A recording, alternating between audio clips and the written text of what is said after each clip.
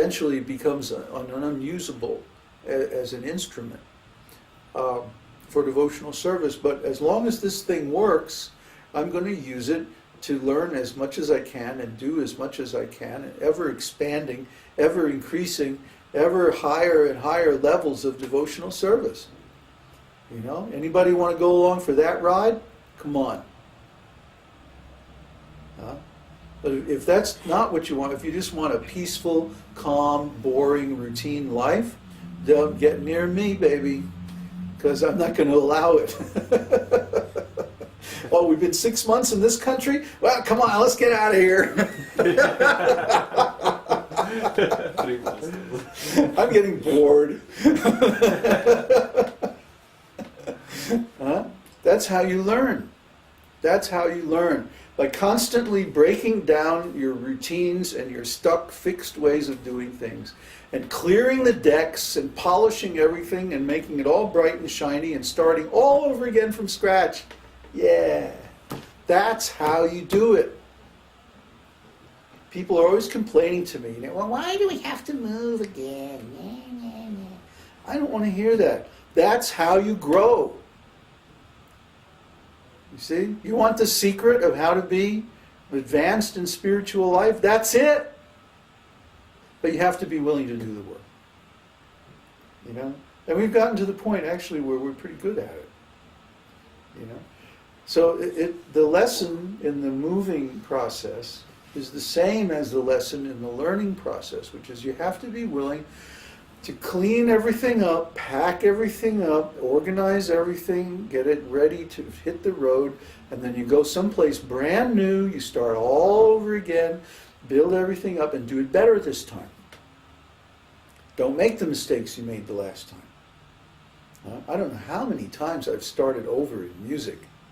I mean, really, I would get to a certain point where I wasn't making any progress. I would put down my instrument for 2 or 3 days or a week, or as long as it took, like, to just let everything settle. Then I would go back to the very beginning and start all over from the scratch. You know,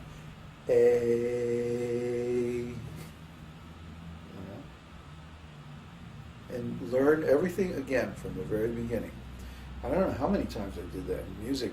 And in devotional service, I can remember like 6 or 7 times. Just like stopping everything, going right back to the very beginning, starting all over again. Usually combined with a move to a different place. So this is a technique that I learned over the years of how to keep growing, how to keep everything fresh, how to stay youthful, how to stay excited about your life. You know, it's not a dogma. But rather it's a lifestyle where you're constantly forced to innovate, forced to explore, forced to invent something new, to meet a different situation. And you always get insights by doing that. You see, oh, yeah, if we do it this way, then we can do it with like 3 less parts. Like remember when we first started doing the broadcasting and all that? Oh my God, we had to have 2 internet connections and 3 computers, and we had all this network wired all over the house, cables going out the window. Oh yeah, and then then the next version in Veracruz, we had the dish on the roof and the satellite thing, and when we still had a wired network. Now everything is like wireless, pocket-sized, laptop, portable. And we can fold the whole thing up in an hour, pack it all up, and go to the other side of the planet and broadcast as soon as we get there. Just put a new chip in the cell phone and and somehow or other we're on the air. So you see, this is what you learn by starting over again and reinventing yourself. Every great artist, every truly great artist that, like Picasso, Miles Davis, Stravinsky, these great artists, Leonardo da Vinci, they all went through phases where they stopped everything they were doing, went back to the theoretical basis of their art, created a higher understanding, and then a whole new style based on that. I mean, Miles Davis was the most frenetic bebopper you ever want to hear in his early days, you know? He was writing tunes like I mean,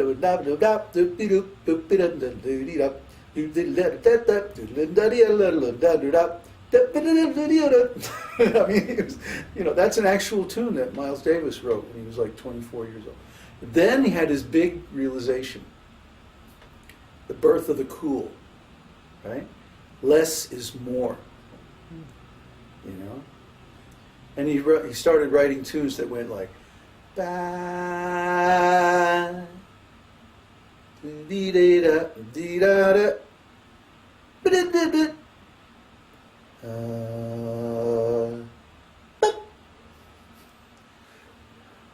That's an actual tune. It's called Four. Because he understood silence. Yeah. From the basics again. Right. He went back to the basics and he realized that silence is part of sound. And then so he started composing with silence or the absence of notes. Whereas before the idea was to, how many notes can you play? You know? So that's one kind of virtuosity, but there's a higher kind of virtuosity that knows when to lay back. Or like he was saying, less is more. It's an aesthetic. And it's very powerful. Like if you do writing and designing publications, like I did for a living for many years, you know the value of white space. You know? Yeah, you can take a bunch of words and you can squeeze as many words on a piece of paper as you possibly can, and it'll be unreadable. Or you can have a headline, and then a topic sentence in bold, and then a space, and then a picture, and then a paragraph, and then another space, and then another headline in a different size type, and then maybe a bar, you know, and then another paragraph. And then this gives a visual rhythm to the page that makes it a lot easier to understand. Right? Oh, the interesting thing I forgot to mention about those two songs that I quoted by Miles Davis, they both use the same chord progression. Exactly the same. So it's very interesting, you know, to compare the two periods. Oh, and then he went into his third period, which is just like on another planet completely. And Picasso, once you understand how to do it, then you can repeat the process. You can repeat the process again and again, always inventing new worlds, newer and newer styles. You see, this is what people have forgotten, like in India. They keep trying to repeat the past and perfect some past glories. But the real art of God consciousness is to be completely, personally, directly in touch with Kṛṣṇa in the moment. And to see what pleases him, to see what the need is. And to then you do or produce or provide or create that service. It's a living relationship. It's not just a dry, empty tradition. That's old, stuck in the past, you know. You don't learn anything that way. I mean, you learn something, but you don't create anything new. You know, the real thing is you learn the principles. You learn the right way to do things. You learn all the rules.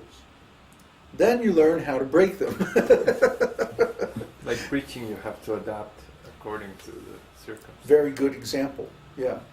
Yeah. If I meet somebody and I say, okay, I'm going to tell you about Krishna consciousness, and then I grab a book and I start reading the blah, blah, blah, blah, blah, blah, blah. Hey, where are you going? It worked 20 years ago. Well, maybe 20 years ago, people had time for that. Now they don't have time. Now, if you want to get their attention, you have to show them something dynamic, something real, something personal. They want to see you on TV. They want to see you, you know, like this. So We're always improving, we're always upgrading, we're always expanding. And this is Krishna style. Krishna does the same thing. He's always dynamic, he's always improving, increasing, expanding more and more. Yeah? He never just rests on the past. He's always going towards a higher and higher and better thing. So this is Krishna. We should be like that too. Anyway, now I talked for way too long. There's no more questions. Okay, pass me the drum, please. Well, I have a question. What's that? Just something simple. You mentioned energy. So today was the first day which they put on tilak. I understand tilak goes on energy centers. Mm-hmm. When I put tilak on my left upper shoulder, I felt a numbness and a small pain.